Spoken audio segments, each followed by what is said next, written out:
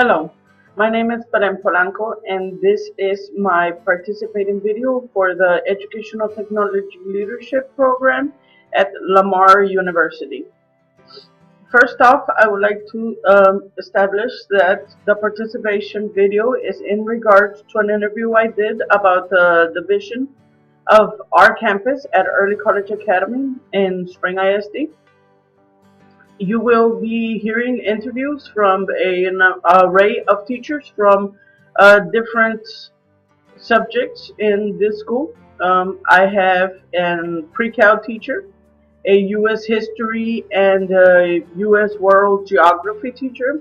As well, I have the counselor, the English 1301, 1302 dual credit and community college teacher, professor and English 3 teacher.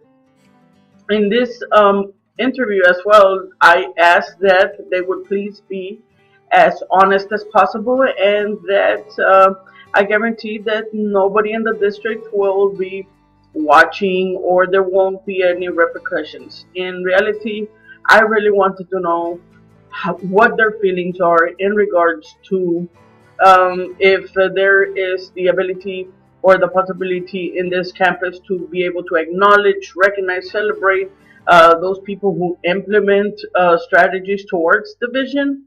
How do they communicate these strategies or these acknowledgments to the students, the staff, and the community? As well, I wanted to know whether they have some kind of innovative risk-taking or if they even use failure as a learning experience towards accomplishing the goal of the vision of Early College Academy. And lastly, what was the morale like? Was there any process to build the morale in the school? And if so, what it was and how did they feel about it? So here it is. So how does the campus acknowledge, recognize, and celebrate those who implement strategies in support of the campus vision? Well, I think recently they've been doing a better job at it. We've been doing walkthroughs with, we'll get comments and feedback, and a lot of times that feedback can be that we are meeting the campus vision, or maybe sometimes we're not, but at least we're getting some feedback about it. But as far as positive feedback, we meet weekly on Fridays, and we like to start with celebrations. And a lot of times teachers will share that I saw this strategy or that strategy being implemented that is fulfilling the campus vision. So we do have opportunities to be acknowledged, recognized, and celebrated. Okay. And how are these contributions and achievements effectively communicated to the staff, students, and the community? Well, when we start out those meetings on Fridays, we really start with our campus goals and mission, which basically is our vision. At the beginning of the year, we students attended an assembly where Dr. Garganta shared our vision with the students, and we have announcements each afternoon, and I'd say maybe about usually once a week he might touch on one of those aspects of our mission, our goal. Of them achieving their associate's degree, which is one of our big goals here. How does a campus use innovative thinking, risk-taking, or failures as a learning experience to promote the vision? Well, I think, once again, I think this is just recently this year we have started implementing some new thinking. I think it's with the new superintendent, we're starting to implement some of their vision. Some of it's, I think, good. Some of it maybe not, but we are trying out new things, and I do think we are learning from our failures from the past. I really do. I think that some of them we are moving slowly on, but I do think we have evolved, and I think that we are trying new things here on our campus, and some are working, some aren't working, but I think we are moving in the right direction, though, as far as that. We are taking risk. We are looking at things different ways, and we are looking at what worked and what didn't work and trying to either fix it or just kind of remove it completely. Okay. And then what processes are used in improving morale, which moves the campus toward the realization of the campus vision? Well, once again, I think that's something that we've been doing better this year. I I think that the more teacher involvement, the better the morale. If you're just kind of given marching orders, you're not really not allowed to kind of give your 2 cents. Um, it's kind of hard to have a good morale on campus, and we've improved, but I still think we've got a long ways to go. We do get to have more input, but does it actually get implemented? Sometimes yes, sometimes no. How does the campus acknowledge, recognize, and celebrate those who implement strategies in support of our campus vision? Well, as you know, we have EPLT every Friday, and we also, during the EPLT time, the first 5 minutes are for us to celebrate, celebration for what's going on, and so they give the opportunity for the teachers to express what they're doing, and everybody claps, and it's really nice. And every once a month, they'll give you a nice plaque that says Teacher of the Month. So the optics of it are good. It's just the actual in practice, we never really see that being or doing anything that's innovative or anything that's in the mode of 21st century where it's not a data driven or something that is specifically measurable. They don't like to see that. But what they want is they want to celebrate, everybody going forward and looking good. But there's no celebration to what we're actually doing in class. Somebody actually comes in our class and says what we're doing good. Okay.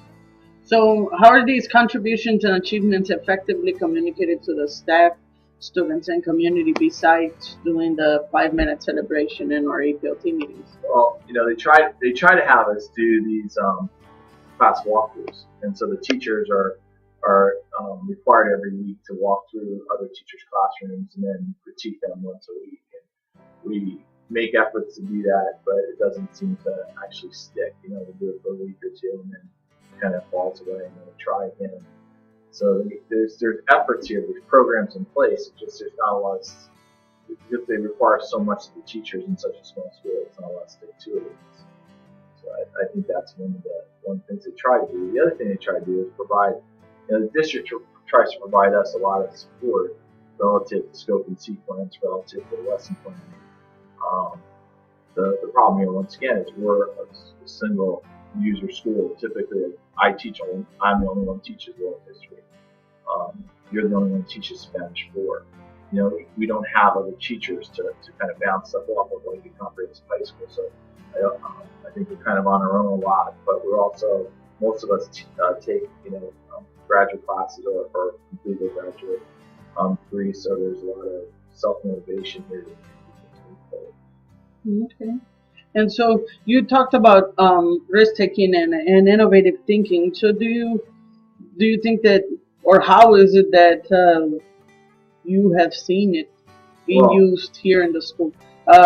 Innovative thinking, risk-taking, or failures as a learning experience to promote the vision? Well, I think the biggest problem we have here is, and we want to take risks, and Dr. Garganta supports us in trying to do things that are a little bit outside the box. But ultimately, it comes back to the fact that we have to be a data-driven school, and data means multiple choice testing, which is not 21st century. I mean, if we look at the data that is out there, the literature shows that we need to address more of the soft skills, and for kids to be successful in the 21st century. And like Ken Robinson talks about creativity, or sucking the creativity out of kids. Well, you suck the creativity out of kids, all you do is expect them to pass multiple choice tests. I mean, we just went through that this week, where the kids by today, you can see these standardized tests over 4 days.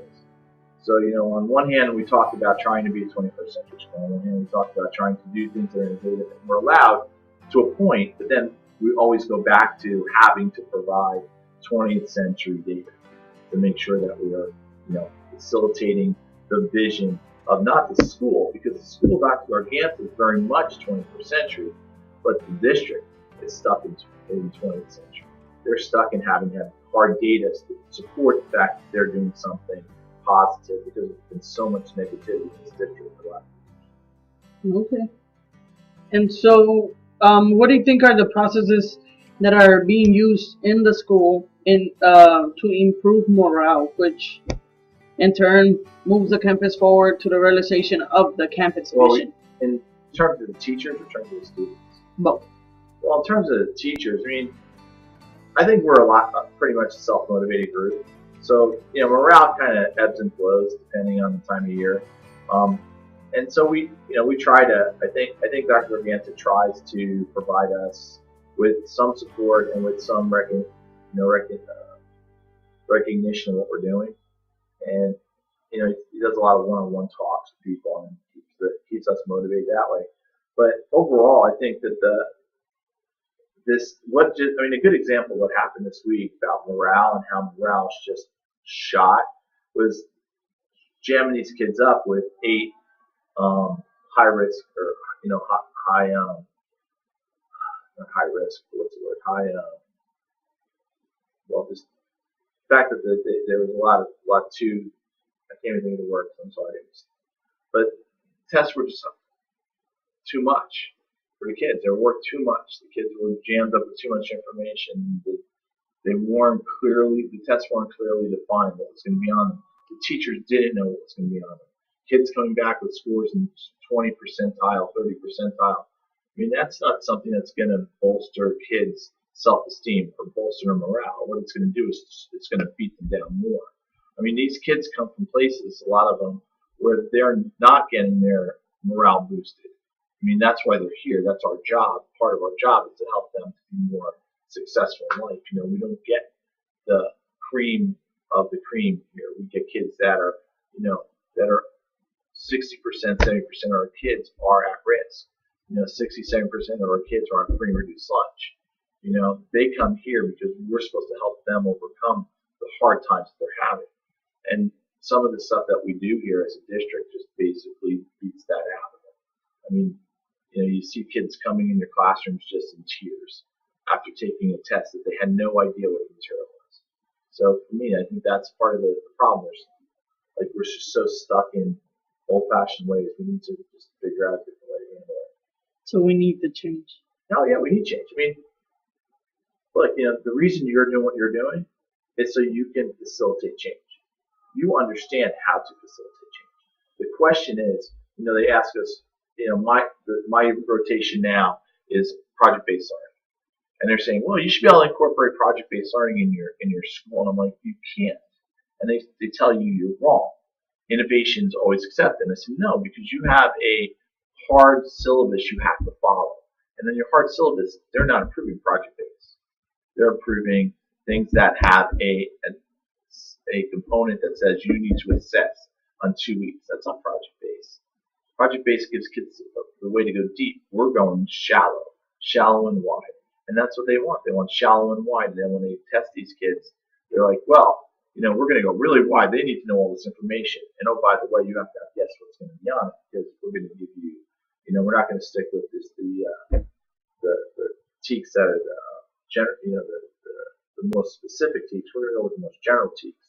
So then that way, when we go with the most general ones, we can show them, the test maker, we can show them they need our service to help their kids improve.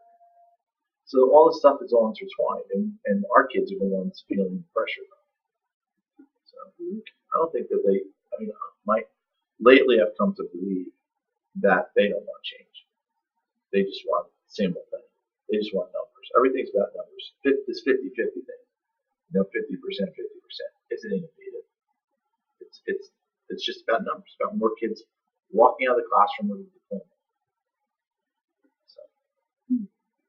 Is there anything else that you would like to add? Yes, you're doing a great job. Thank you. I know. I really. I think that the way you teach your classroom is really innovative. Thank you. Well, during EPLT, I think that's the main place where the staff can come together to celebrate those achievements. And so, Dr. Garganta will also start the meetings with good things. And so during that time, that's an opportunity for us to speak of the good things that's going on, not just in the classrooms, but with our students as well, because student achievement is part of our vision. And so I think that's the main way. We celebrate students with Student of the Month. We have Teacher of the Month. And so those are ways that we can just continue to let people know that they are heading towards the early college vision and mission. Okay. And how are these contributions and achievements effectively communicated to the staff, students, and the community? Well, as far as the staff is concerned, I would say that it's effectively communicated on Friday meetings during EPLT. I mean, there's always emails that go out, but I think that whenever we meet as a whole, that's when we really have the opportunity to talk about those contributions and acknowledgments. The students, we have announcements, so that's the main way we get things out to students, and even through our AVID classes. And with the community, that's something that I think just as a whole probably just needs to be improved on. We don't have a newsletter that goes out, but I know that there's coffee with the principal, so that gives parents an opportunity to come and talk to Dr. Garganta, and since they are like the community stakeholders, that's a way to get that information out. And how does the campus use innovative thinking, risk-taking, or failures as a learning experience to promote the campus vision?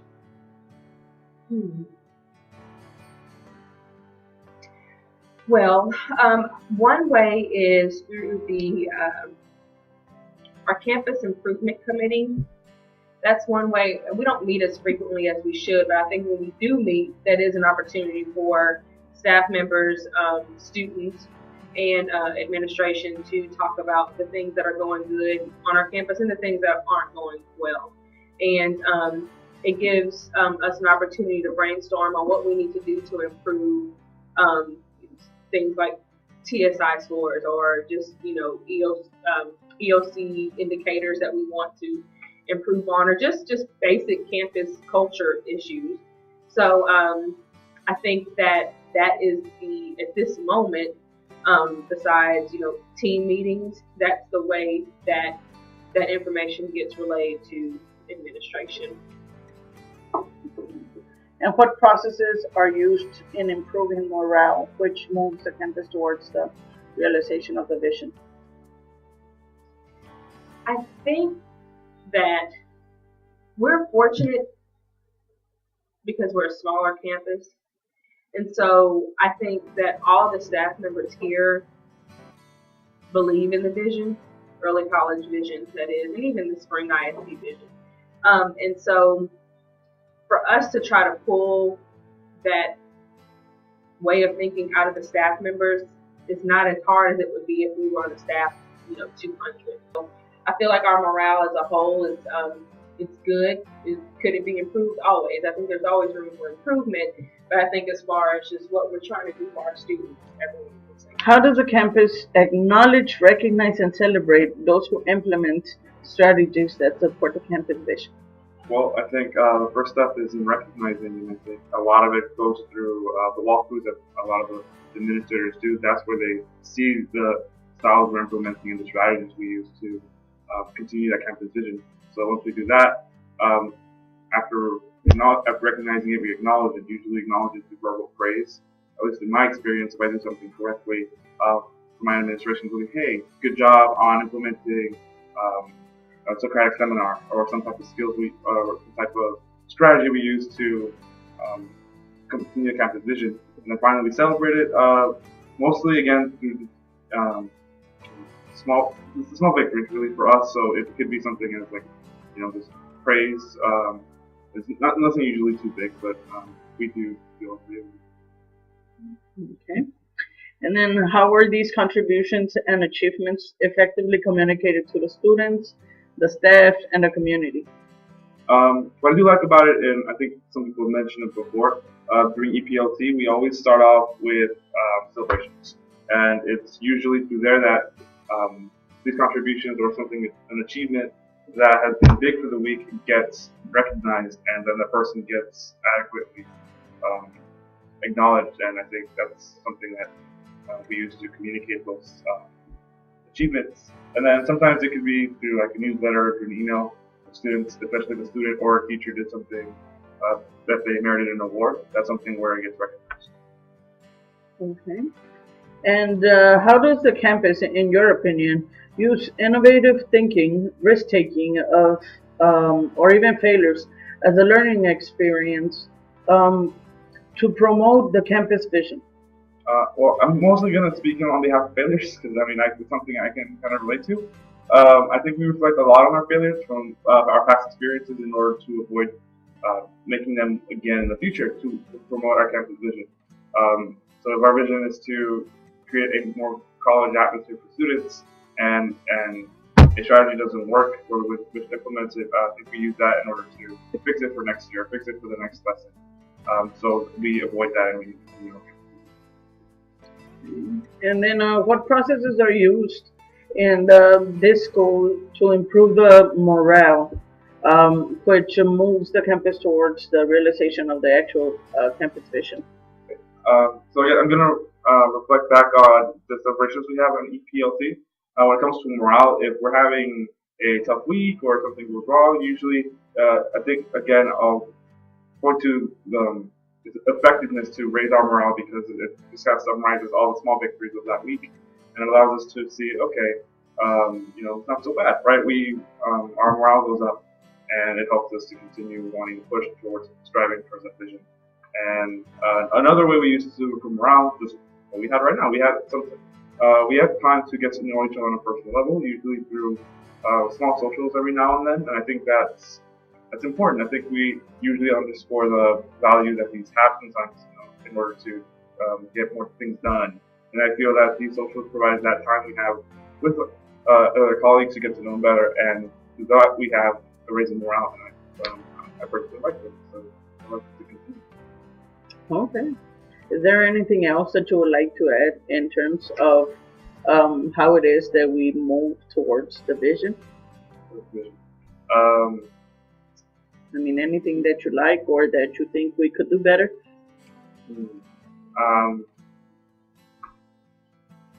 Well, I really like what we have right now in terms of team towards. I like how we're constantly reminded of what the vision is and what our goals are, especially as teachers.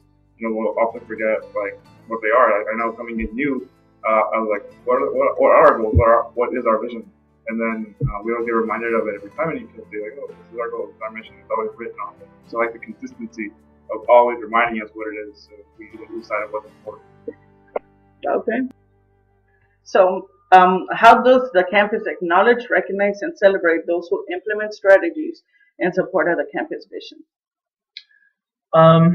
Well, the main way that we acknowledge people who do cool things around campus is through EPLT celebrations. That's really a chance for people to acknowledge others.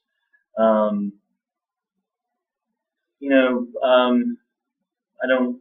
Sometimes we do things through email too, but basically that's really what happens. And how are these achievements communicated effectively to the staff, besides the emails, and to students and to the community? Yeah, from the community. I mean, I know that they do have through the school district the public relations people. That pretty much always comes through the principal, though. I don't really see a whole lot. Don't really see a whole lot of it from the teacher perspective, I guess. If that makes sense. That is like when I've seen people. Okay, give me an example. So the last month, several of our students were inducted into the Honor Society over at Lone Star, and I don't know how many people actually knew that was going on. I knew because I was invited by one of our students to help to walk across, actually two students to walk across the stage with them because they could pick a mentor to go walk across the stage, right? And I noticed that Dr. G was there, and Chris Guidry was there, and Dr. Watson, our superintendent, was there. But I don't know if anybody else even knew about it. Like, it wasn't communicated at all. And part of me was kind of disappointed by that because I guess it's a weird thing whenever I see Dr. Watson anywhere. He's only been here for like a year and a half. And he wasn't involved at all in the creation of the college academy. So whenever he's like up in front of things, I'm always like, but you have nothing to do with this whatsoever. Not that he can't help support it. That's good. I think it's very good that they seem like they're very supportive. But just that, I don't know that the contributions of the staff in that is always acknowledged in front of the community. To do that at all. So, and I admit that I have no clue how to do that either. So. Okay. And how does the campus use innovative thinking or risk taking or even failures as a learning experience to promote the vision? I think for failures we do a lot. I think we're very reflective. In various meetings I've been involved in either the Abbott site team or in campus improvement committee or in team meetings. We've we've said, okay, this is what we did last year. This is what we thought worked. Let's see if we can fix that and improve upon it. Even things like, for example, I'm doing SAT prep on Fridays and it's not going very well. I think it's pretty much useless for a variety of reasons. And so I was talking to Dr. G about it, and, because he was looking at it, he's like, well, I kind of see what's going on, but I don't think it doesn't look very good for me, and how do you feel about it? And we could have an honest conversation about that. Like we could say, like, this is not working very well, and I don't usually have to feel like I'm, going to, be attacked or it's a gotcha. Generally speaking, I can feel pretty, to be honest, right? But in terms of taking risks, I don't think we do very much at all. And I think that's mainly a matter of where the district is. Even in the training that we had on special ed and collaborative teaching groups that came from the district, and so I'm there, and I had an interesting experience with that because I ended up doing mine by myself with Dr. Wright. I was the last person to show up for it. And so I go and I'm in there, and she's like, well, we've been up at whatever level we're at in TEA as a district. TEA looking at it, they're like, well, level 3 to level 4, and so here's a thing that we have to do. And the problem with that, I think it's weird, like on the district side, I don't think they're not willing to take any risks on letting early college figure things out. It feels like they want to implement the same things everywhere. So, okay, we're going to go into this school who's failing, and this school is not doing very well, and this school who has this issue, and we're just going to do the same thing for everyone. Even though at early college, what we need to improve is not the same thing. We could be more innovative, but how can you possibly be innovative if at the end of the year it's that STAR test, it's that EOC, it's that state-created assessment that you're going to be judged by? And while I think there's a lot of lip service to innovation, people want to say, like, yeah, we want it to be innovative. There's not like an actual willingness to really step out and do that, because we're always looking at these numbers that actually we're not really in that control. So. Very good. And what processes are used in improving the morale of the campus in order to move towards the realization of the campus vision? I don't think there is a process right now. I think generally speaking, most people if they were gonna say, like, they'd say, oh, I think everybody's pretty happy or whatever. I guess however, don't necessarily know that people are very happy with it. And most of it doesn't come from the campus. Like, we're just when things come down to us from the district that we have to do, or when we want to do something different, and the district says, well, you have to do it this way. So now you can't really. You're gonna feel bad about it. Well, there you have it. The opinions of 5 members of our 20-member staff. They are the people that not only were willing to participate, but the people that were wanting to voice their opinion and wanting to see a change. And they said that if there was somebody to make a change, it would be me, because I was too stubborn. So I don't know if to take that as a compliment or not. In addition, in reality, what I first started doing was talking to them about how I wanted to make a change and the reason why I wanted to be a principal. and they said that they were willing to help with whatever it took, and that was my hook. Um, we spent about 5 minutes looking at the questions that I was to ask them about how is it that they celebrate and acknowledge the people that have been stepping forward and being able to contribute to the vision and mission of the school. And then I asked them, well, how do you communicate these acknowledgments or these good work to the students, the teachers, and the rest of the community? Most of them said that the only way that they were able to communicate or that they were able to celebrate, and first of all, that they were able to celebrate the acknowledgments in school was that by the use of the 5 minutes of celebrations that we use in every professional development that we have on Friday afternoons from 2 o'clock to 4 o'clock p.m. And so they established that in those 5 minutes, everyone gets to kind of gloat, kind of show off what great things have been going on in their classes and how that reflects what it is that we're trying to do with these kids. It is a disclaimer that I say that, as you probably already noticed, that none of the participants of this video were shown in the recording, and reason being was that even though they were willing to speak on it, they didn't want to be part of the video physically, just for the purposes of comfort and really privacy. So no names were used other than the principal in when talking about what it is and how it is that he's trying to instill change in our campus.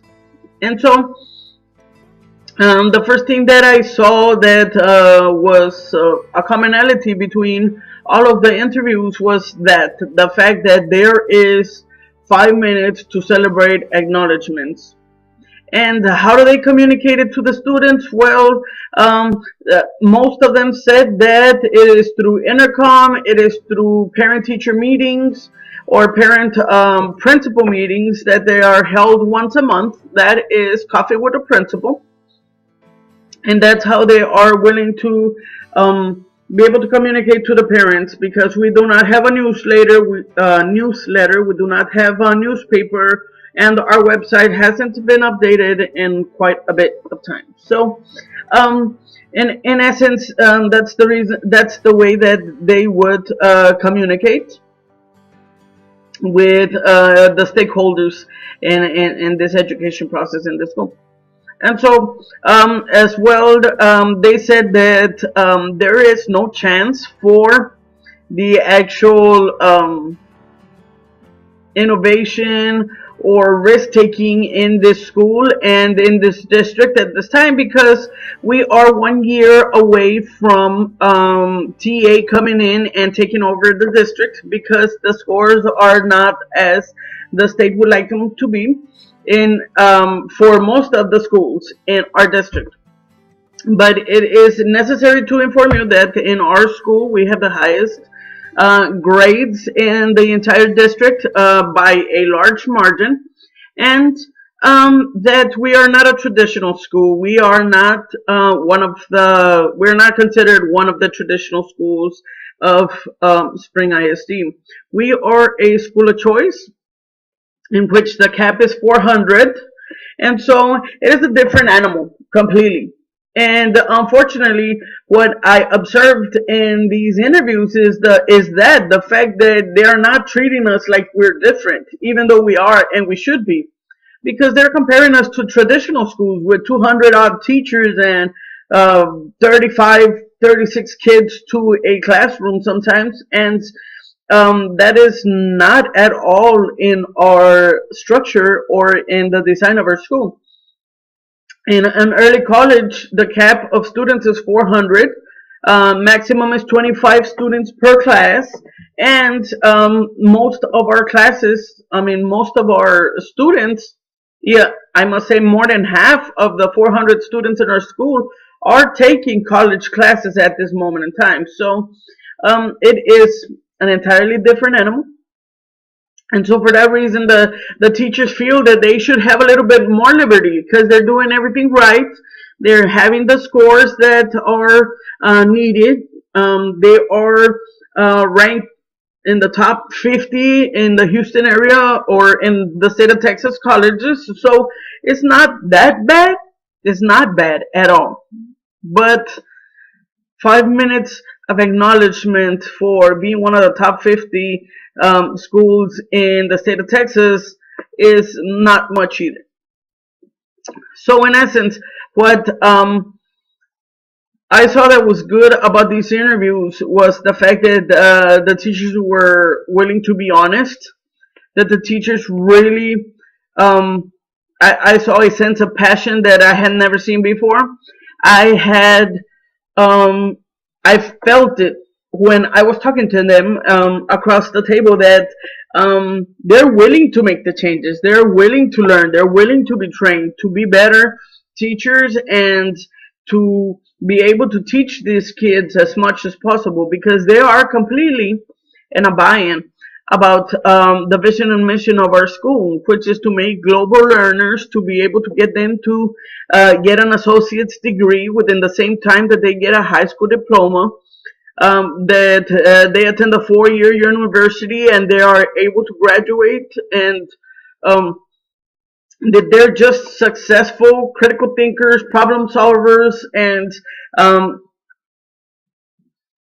inquirers. And as you probably heard, it is not much that they're asking for. They're asking for a little bit of liberty to be able to teach the way that to teach in a way where they can meet the requirements, they can meet the vision, and they can also meet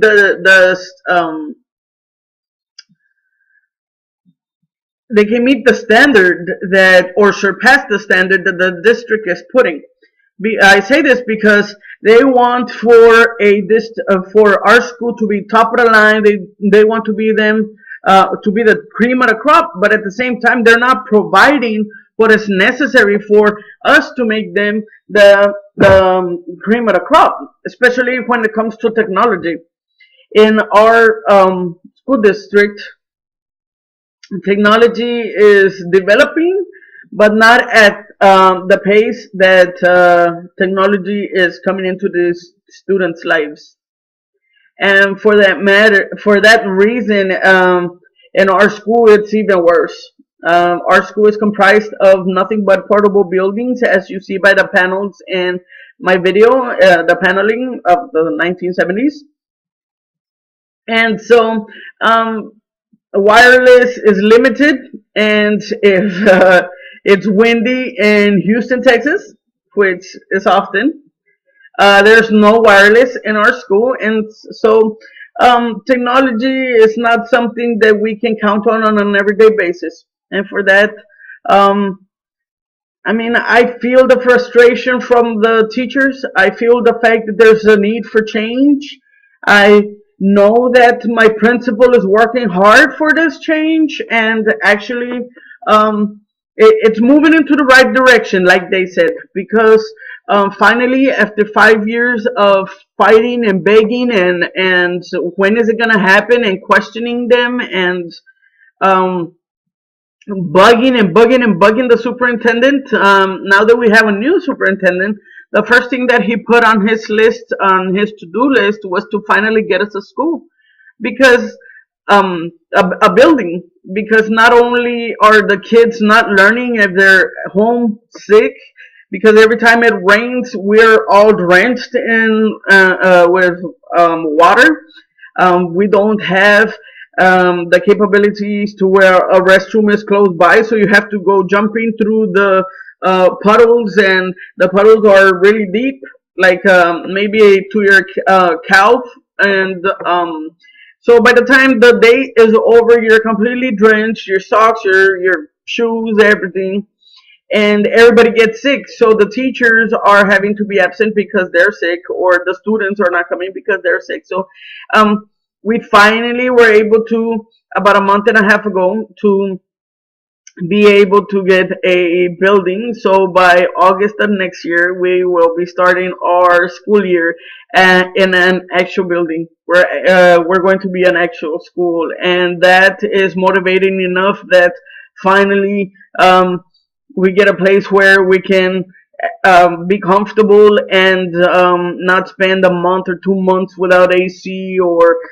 my AC works one day and one day it doesn't. And so that is besides the point. But I just wanted to give you kind of a sneak peek, a real snapshot of what it is that we are going through and the reason why these teachers may sound desperate, may sound quite negative, and also why sometimes you can feel the teacher's frustration because they're passionate, they want it, they want to see the kids successful, but sometimes it's at the top level where the directions aren't coming as clear as we need them to be, and the support is not as clear and defined as it needs to be as well. And so, because of this, sometimes we need to sit back and take a closer look at what we have and what we have accomplished and not what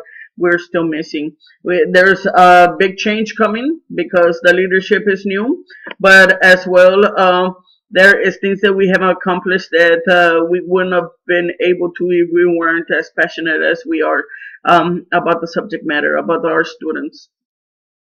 And so, if I was if I was an administrator, I would try to implement change as well, just like the current principal is doing, except that I would make it my life action. I would make it part of my weekly plan of my agenda of an appointment, set up an appointment for every Wednesday or every one day or 2 days out of the week that I go out and I tell my teachers, you are doing a great job. And a student came and told me that you are the best teacher they've ever had, or you're their favorite teacher. I need you to explain to the rest of the teachers why it is that you are her favorite. Like, what is it that's working for you with her? Because she's an at-risk student. So is 60 or 70% of our population is at risk. So what are you doing that's helping this at-risk child that some other people could be using or could be doing as well, so that it can work for them in their class? So I think that's very important. It kind of gives you the teacher motivation to keep going, to keep doing, to keep bringing in innovative ideas, innovative activities that are going to help a digital native or just a student, every student, that's going to reach every single student in some way, shape, or fashion. And so the change is needed. It should be coming soon, I hope, and I want to be part of that change.